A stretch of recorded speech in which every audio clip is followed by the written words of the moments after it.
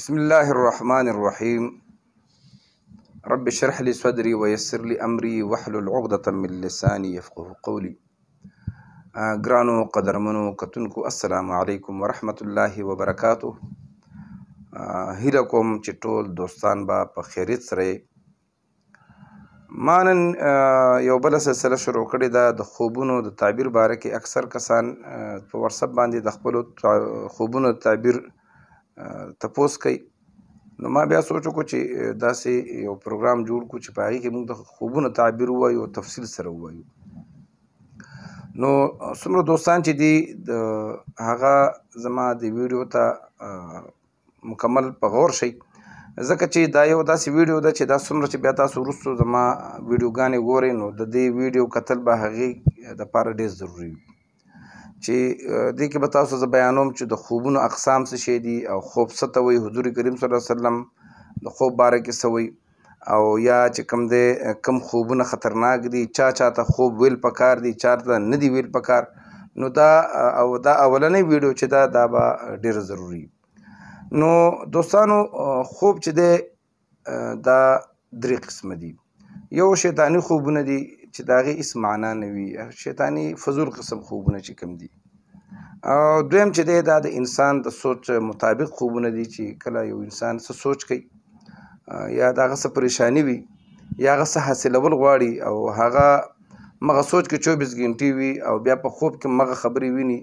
نو د دې خوب څه تعبیر نشته دی، ځکه چې د هغه انسان په دماغ کې شپه ورځ هغه پریشاني یا هغه خبره ګرځېږي، هغه بیا په خوب کې ویني. او دریم نمبر چې کوم دی هغه صحیح رښتینی خوبونه دي. نو رښتینی خوبونه دې ته وایي چې هغه د الله د تبارک وتعالی د طرف نه خپل بنده ته یو خبرداری ورکولي یا خوشخبري ورکولي یا د یو شي نه منع کولي، هغې کې بیا ډېر تفصیل دی. خو بیا دا کوم چې دریم قسم دا رښتینی خوبونه دي. حضور کریم صلی الله علیه وسلم فرمایي چې لم یبقي من النبوة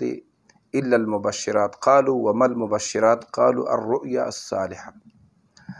حضور کریم صلی الله علیه وسلم فرمایي چې د نبوت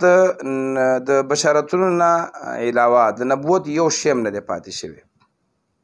صرف بشارت پاتې شوی دی، نور یو شی هم نه دی پاتې شوی.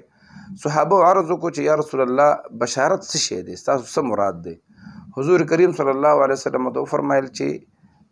رښتینی خوبونه، رښتیا خوبونه چې کوم دي دا صرف د نبوت نه پاتې دي، نور هر څه بند دي. دغرنګې بل حدیث مبارک کې راځي چې قال رسول الله صلی الله علیه وسلم الرؤيا الصالحه جزء من 46 جزءا من النبوه. حضور کریم صلی الله علیه وسلم فرمایي چې رښتینی خوبونه چې کوم دي هغه د نبوت 46 حصه ده. نو دا داسې خوبونه دي چې کله چې رښتینو خوبونه دا د الله تبارک وتعالی طرف نه، نو موږ به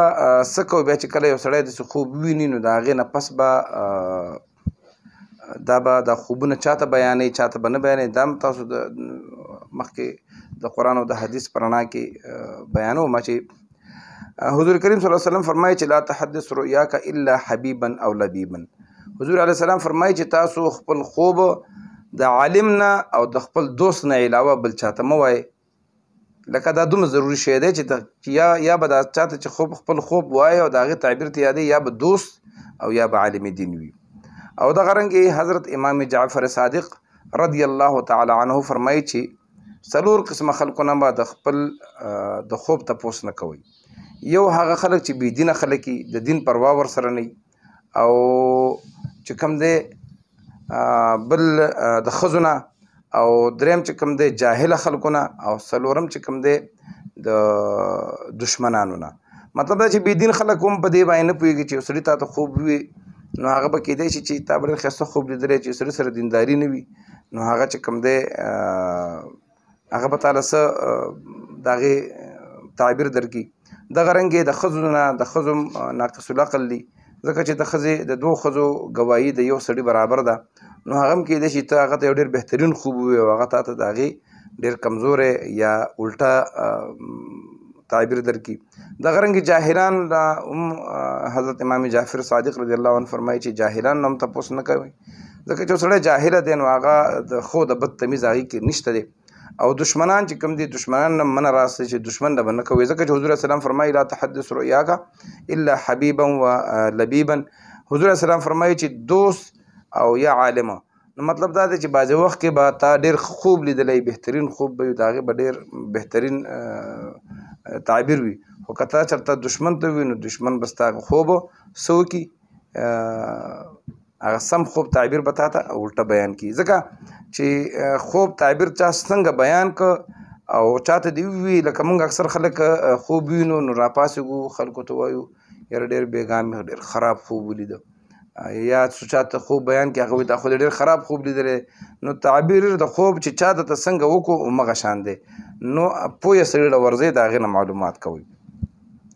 خجی دغه رنګې حضرت د ابو قتاده رضی الله تعالی عنه روایت دی چې رسول الله صلی الله علیه وسلم فرمایي چې ښه خوبونه چې کوم دي دا د الله د طرف نه دي او خراب خوبونه دا د شیطان طرف نه دي نو که تاسو کې چا داسې خطرناک خوب ولیدو د خفګان والا خوب یې ولیدو پریشان کن خوب یې ولیده او دغه ټایم کې دا راپاڅېده نو هغه د داسې وکړي چې خپل چپ طرف ته دې درې ځل داسې لاړې توکي او د هغې نه پس دې اعوذ بالله من الشیطان الرجیم ووایي او ډډه دې بدله کړي چې په کوم ډډه یې خوب لیدلی و هغه ډډه دې په بله ډډه دې واوړي نو انشاءالله العزیز دغه خوب به ده ته هېڅ نقصان نه پېښوي. ښه اوس دې له راځو چې خوبونه کم یو ډېر معنا والا دي او کم خوبونه چې کوم دي هغه معنا کې به هغه کمزوري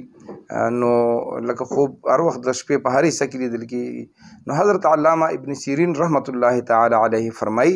چې چا د شپې په اوله حصه کې خوب ولیده لکه سم اوده شو او خوب یې ولیدو او ویې کتل چې دا د شپې اوله حصه ده نو دغه اوله شپې حصې خوب چې دی دا به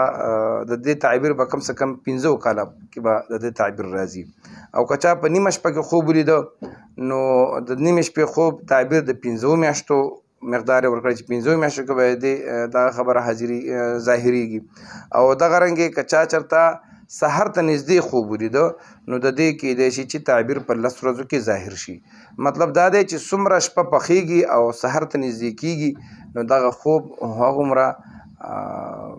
رښتونی وي او د هغې تعبیر هم زر راځي نو دوستانو د خوب په باره کې مې دغه تاسو ته یو څو خبرې وکړې په دې باندې عمل وکړئ انشاءالله چې بیا زما څومره نورې ویډیوګانې راځي نو هغه به تاسو ته دا ویډیو به په هغې کې تاسو لپاره ډېر مدد کوي